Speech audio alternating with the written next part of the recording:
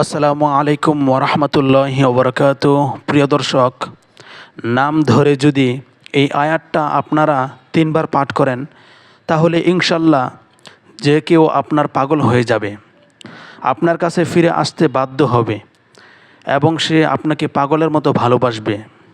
শুধুমাত্র আপনাদেরকে নাম ধরে এই আয়াতটি পড়তে হবে। যে ব্যক্তির জন্য আপনি এই আমলটি করবেন ওই ব্যক্তির নাম ধরে এই আমলটি আপনারা করুন। ইনশাল্লাহ এর ফলাফল দেখলে আপনারা অবাক হয়ে যাবেন। সম্মানিত প্রিয় দর্শক, আজকে এরকম সহজ একটি আমল সম্পর্কে আপনাদেরকে বলে দেব এবং শিখিয়ে দেব। তো চলুন কথা না বাড়িয়ে আমি আমলের বিষয়ে কথা বলি।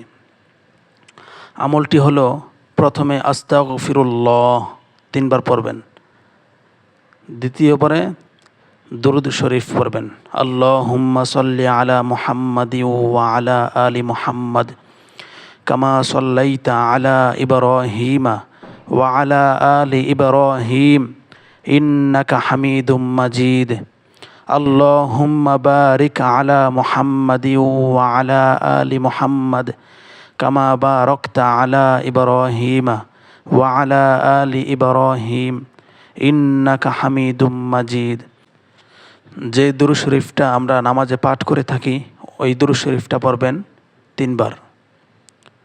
তারপরে পড়বেন এই আয়াতটি, ওয়া আলকাইতু আলাইকা মাহাব্বাতাম মিন্নি। এটি একটি কোরআনের একটা আয়াত।